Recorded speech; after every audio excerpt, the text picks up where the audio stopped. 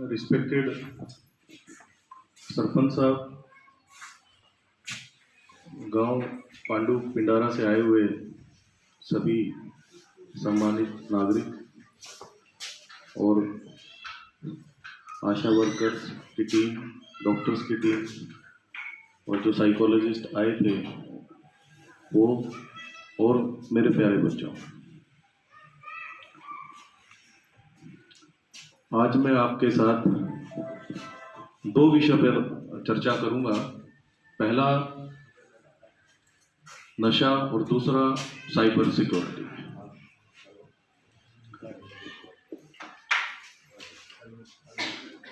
एक हमने इस वर्ष मुहिम चलाई कि किस प्रकार से जो नशे से पीड़ित जो लोग हैं उनकी हम हेल्प करें। तो सबसे पहले होता है आइडेंटिफिकेशन। तो हम लोग गांव-गांव गए, गांव में हमने उन गांवों को चुना जिनसे हमें सबसे ज़्यादा शिकायतें आ रही थी। तो उन गांवों को आइडेंटिफाई करके आशा वर्करों की मदद से, सरपंचों की मदद से, पंचों की मदद से हमने ऐसे व्यक्तियों को आइडेंटिफाई किया जो ड्रग एडिक्ट्स हैं, जो कि नशे की आदत का शिकार हो चुके हैं। तो पहला काम था आइडेंटिफिकेशन, तो हमने उनको आइडेंटिफाई किया। अब दूसरा काम है, आपने अगर आइडेंटिफाई कर लिए हैं तो रिहैबिलिटेशन के अब इनकी ये जो आदत है नशे की, इसको कैसे छुड़वाया जाए और किस प्रकार से इनको मुख्य धारा में लेके आया जाए। तो रिहैबिलिटेशन प्रोसेस हमने शुरू किया। उसमें हमने डॉक्टर्स की टीम की मदद ली, आशा वर्कर्स की मदद ली और ऐसे व्यक्तियों की मदद ली जो कि कंपैशनेट हैं, जो दिल से इस काम को करना चाहते हैं।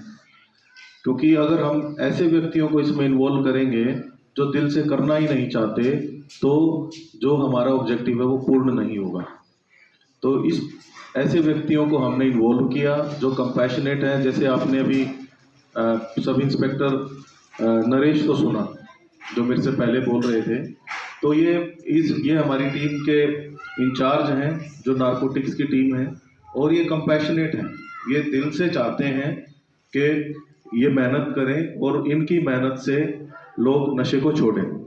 इस गांव से पहले हमने पिपलथा में भी, कंडेला में भी ये कैंप्स लगाए और आपको जानकर बहुत खुशी होगी कि पिपलथा में 24 लोगों का हमने कैंप लगाया था और 14 लोगों ने नशे को छोड़ दिया।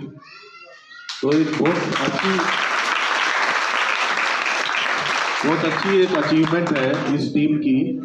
और आपके इस पांडु पिंडारा गांव में भी जो हमने आइडेंटिफाई किए, 21 लोग आइडेंटिफाई किए थे और उसमें से 16 जो व्यक्ति हैं उनको हम एक पॉजिटिव दिशा में एक लेके जा रहे हैं। तो मैं अप्रिशिएट करता हूँ नरेश और उसकी टीम के एफर्ट्स को, और मैडम आई हुई आशा वर्कर हैं और भी जो भी सरपंच साहब और भी जो इस मुहिम में हमारे साथ शामिल था, हम उनका धन्यवाद करते हैं और अप्रिशिएट करते हैं।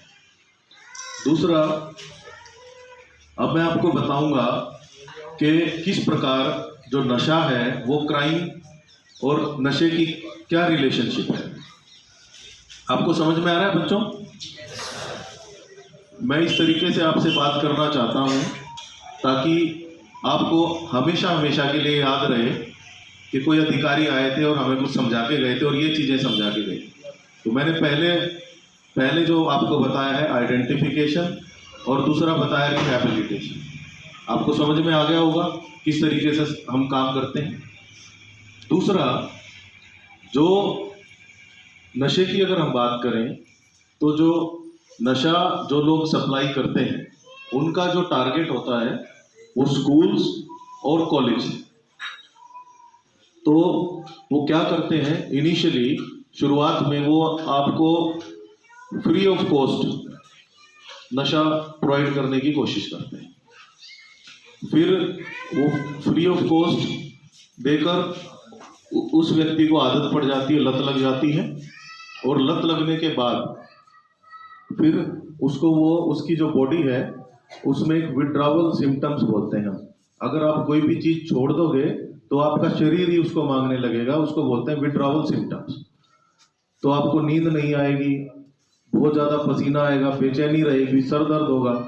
तो वो व्यक्ति, उसको एक तलब उठेगी कि मैं कहीं ना कहीं से इस नशे को प्रोक्योर करूं। तो विड्रॉवल सिम्टम्स होते हैं वो। तो फिर वो क्या करता है, वो धीरे धीरे घर से, अपने पेरेंट्स के पर्स से पैसे निकालना शुरू कर देता है। फिर उसकी आदत और बढ़ती जाती है, फिर वो चोरी करना शुरू कर देता है। तो हमने कई ऐसे केसेस देखे हैं, स्टूडेंट्स ही थे वो, और बिल्कुल 16-17 वर्ष की उम्र के ही थे, कि घरों से उन्होंने चोरियां की, नशे की उसमें। फिर वो हमारे पास आए, हमने उनको रिहैबिलिटेट किया। तो जब जो स्नैचिंग है, जैसे पर्स छीनना, मोबाइल छीनना, इस प्रकार का अगर हमारा क्राइम बढ़ जाता है, तो हमें पता चल जाता है कि कहीं ना कहीं नशा बढ़ गया है, और उस नशे को प्राप्त करने के चक्कर में ये छोटे मोटे ये जो क्राइम है ये कर रहे हैं, ताकि इनको पैसे मिल जाए और फिर ये उसको नशे को प्रोक्योर कर लें।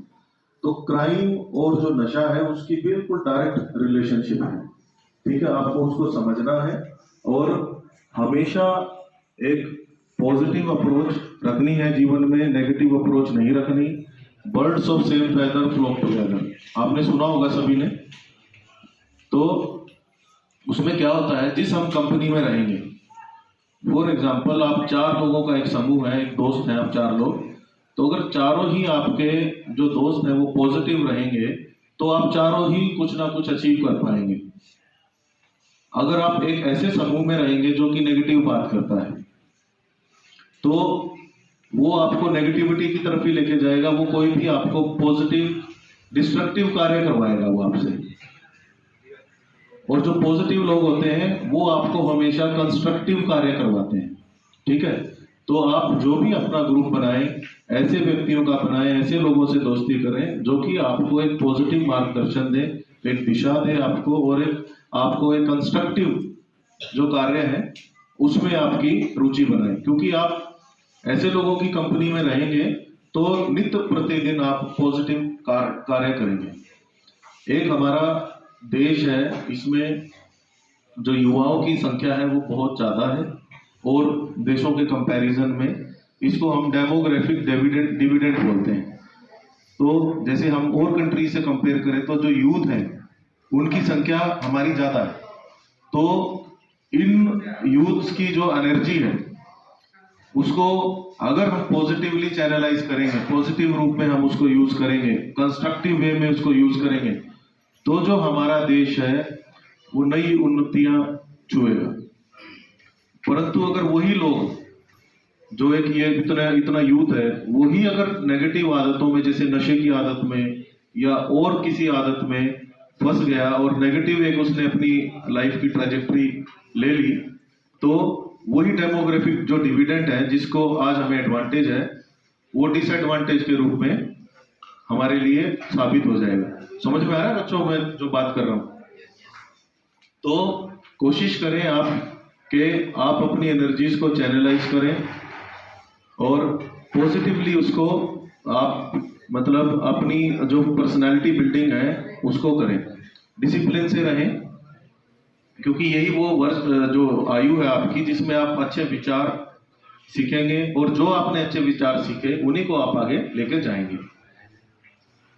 दूसरा, मैं अब साइबर सिक्योरिटी पे बात करूंगा कि मेरे से पूर्व वक्ता जो आपसे बात कर रहे थे कि आप लोग आजकल जो आफ्टर कोविड सभी लोग आप टैब यूज करते हैं। कौन कौन करता है, एक बार हाथ खड़ा करें। मोबाइल टैबलेट्स नहीं यूज किया आप सभी ने कोविड में? अच्छा, चलो अच्छी बात है। तो सर ने भी जैसे कहा उसकी कुछ पॉजिटिव चीजें हैं और कुछ नेगेटिव्स हैं उसका भी। तो जो सोशल मीडिया पे जब भी आप होते हैं तो क्या आपको सावधानी रखनी है उसके बारे में मैं बात करूंगा, ताकि आप लाइफ लॉन्ग उस चीज को याद रखें। फॉर एग्जाम्पल, आप फेसबुक, व्हाट्सएप, इंस्टाग्राम या कोई भी सोशल मीडिया प्लेटफॉर्म पे आप यूज करते हैं, आपकी प्रोफाइल है, तो सबसे पहला जो प्रिंसिपल है कि कीप योर प्रोफाइल प्राइवेट। मतलब उसमें प्राइवेसी सेटिंग्स होती हैं। हम क्या करते हैं, हम अपनी प्रोफाइल को पब्लिक कर देते हैं। उसमें ऑप्शंस दिए जाते हैं कि आप अपनी प्रोफाइल को लॉक करना चाहते हैं, आप अपनी प्रोफाइल को पब्लिक से शेयर करना चाहते हैं, या ओनली विद योर फ्रेंड्स आप शेयर करना चाहते हैं। तो जो प्राइवेसी सेटिंग्स हैं आप उनको प्राइवेट ही रखें, because whatever you post on social media it will remain there forever. मतलब जो भी आप सोशल मीडिया पे पोस्ट करेंगे वो वहां पे परमानेंट रहेगा। जैसे फॉर एग्जांपल आप कोई अपनी वीडियो, अपनी कोई फोटो आप अपलोड कर रहे हैं, तो आपने अगर प्राइवेट सेटिंग्स की हुई है तो कोई उसको डाउनलोड नहीं कर सकता विदाउट योर परमिशन। पर आपने ओपन फॉर ऑल किया हुआ है तो कोई भी व्यक्ति आपकी जो आपकी निजी फोटोज हैं या वीडियोज हैं वो आपकी डाउनलोड कर सकता है और उसका मिसयूज कर सकता है, पहली बात। दूसरा, फ्रेंड रिक्वेस्ट आती है। कई बार आप उस व्यक्ति को जानते नहीं हो और फिर भी आप उसकी फ्रेंड रिक्वेस्ट को एक्सेप्ट कर लेते हो। तो इसका प्रिंसिपल ये है, अगर आप उस व्यक्ति को नहीं जानते तो नेवर एक्सेप्ट हिज और हर फ्रेंड रिक्वेस्ट। आपने उनकी फ्रेंड रिक्वेस्ट को कभी एक्सेप्ट नहीं करना अगर आप उस व्यक्ति को नहीं जानते, क्योंकि जो सोशल मीडिया है इस पे जो भी प्रोफाइल है वो आपको नहीं पता वो ओरिजिनल प्रोफाइल है या फेक है, क्योंकि एक वर्चुअल वर्ल्ड है ये, ठीक है। इसमें कोई भी मेरे नाम से भी प्रोफाइल बनाई है कई लोगों ने, जो कि मेरी खुद की नहीं थी, कुछ फ्रॉडस्टर्स ने मेरे नाम से प्रोफाइल बना दी, ठीक है। तो वर्चुअल वर्ल्ड है और मेरे ही फ्रेंड लिस्ट में जो लोग थे उनको फ्रेंड रिक्वेस्ट मिली थी मेरे फोटो लगा के। तो ऐसा आप यही मान के चलें कि वर्चुअल वर्ल्ड है ये, आप इतनी जल्दी इस पे विश्वास ना करें। आप अगर आपका कोई फ्रेंड है और उसका कोई फ्रेंड है, आप वेरीफाई कर पा रहे हैं, तब आप उसकी एक्सेप्ट करें रिक्वेस्ट। तीसरा, हम सभी पासवर्ड्स यूज करते हैं जब भी हम ईमेल आईडी और जो सोशल मीडिया प्लेटफॉर्म पे जाते हैं। तो always keep your passwords alpha numeric, उसमें अल्फाबेट भी हो, उसमें न्यूमेरिक्स भी हो। न्यूमेरिक्स का मतलब 1 से 10 के बीच में नंबर भी हो उसमें, और अल्फाबेट्स भी हो ABCD करके। तो कभी भी जो आपका गांव का नाम है वो अपना पासवर्ड ना रखें, अपनी डेट ऑफ बर्थ है वो अपना पासवर्ड ना रखें, अपना खुद का नाम पासवर्ड ना रखें, अपने पेरेंट्स का नाम पासवर्ड के रूप में ना रखें। तो ये कुछ सावधानियां हैं, अगर आप इनको यूज करेंगे तो आप एक रिस्पॉन्सिबल वे में सोशल मीडिया जो प्लेटफॉर्म है उसको यूज कर पाएंगे। आई होप आपको समझ में आया होगा मैंने जो बताया। लास्ट एक और बात करूंगा कि एक हमने अभी लास्ट ईयर एक प्रोजेक्ट लॉन्च किया है, डायल 112। सभी को पता है डायल 112 के बारे में? जैसे पहले 100 नंबर पे आप कॉल करते थे, जो हमारा यूनिवर्सल पुलिस हेल्पलाइन नंबर था, अब आप 112 पे आप कॉल कर सकते हैं। तो ना केवल पुलिस, आपको इसमें जो एम्बुलेंस है, एम्बुलेंस की भी आप सुविधा प्राप्त कर सकते हैं, और जो फायर टेंडर होती है जिसको फायर ब्रिगेड बोलते हैं, तो फायर टेंडर को भी आप उसमें बुला सकते हैं। तो ये 3 सुविधाएं हैं। आपने हमारी इनोवा जो गाड़ियां हैं देखी होंगी 112 की, तो in a span of 5 to 6 minutes आपने अगर 112 पे कॉल की है तो तुरंत आपको वो रिपोर्ट करती हैं। और एक आप हेल्पलाइन नंबर और हमारा याद रखें, 1930। साइबर क्राइम अगर किसी व्यक्ति के साथ हो जाता है कि किसी के पैसे निकाल लिए अकाउंट से, या किसी को लालच दे दिया कि आपका इनाम निकला है, उसने फिर वो पैसे जमा करा दिए, तो 1930 हमारी हेल्पलाइन है। ये भी यूनिवर्सल हेल्पलाइन है, क्योंकि आप आने वाले जो समय है उसका फ्यूचर है। आप भी आने वाले समय में अधिकारी होंगे, नेता होंगे, और अच्छे अच्छे साइंटिस्ट होंगे, इंजीनियर्स होंगे, डॉक्टर्स होंगे। तो मैं आशा करता हूं कि जो मैंने आपसे आज बात की है आपको याद रहेगी, और एक अच्छा जीवन, एक डिसिप्लिन जीवन से आप जो हमारा राष्ट्र निर्माण है उसमें आपका जो रोल है उसको बखूबी निभाएंगे। लास्ट में 77 जो हमारा हम इंडिपेंडेंस डे बना रहे हैं कल, उसकी पूर्व संध्या पर आप सभी को मैं शुभकामनाएं देता हूं और आशा करता हूं कि जो हमारी ये मुहिम थी, जो हमारा आपसे इंटरेक्शन था, इसका आपको कुछ ना कुछ बेनिफिट हुआ होगा। Thank you, thank you. इधर आ जाए भाई, उधर का रास्ता छोड़ दें, इधर आ जाओ। भारत माता की जय हो, भारत माता की जय हो, वंदे मातरम, वंदे मातरम, भारत माता की जय हो। हमारी मिट्टी जन जन का यही संदेश, नशे की लत, नशे की लत, हमारी मिट्टी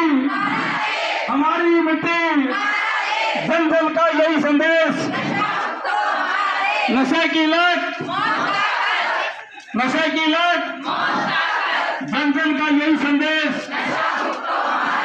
जन जन का यही संदेश, नशे की लत, एक भारत माता की जय, भारत माता की जय, जन जन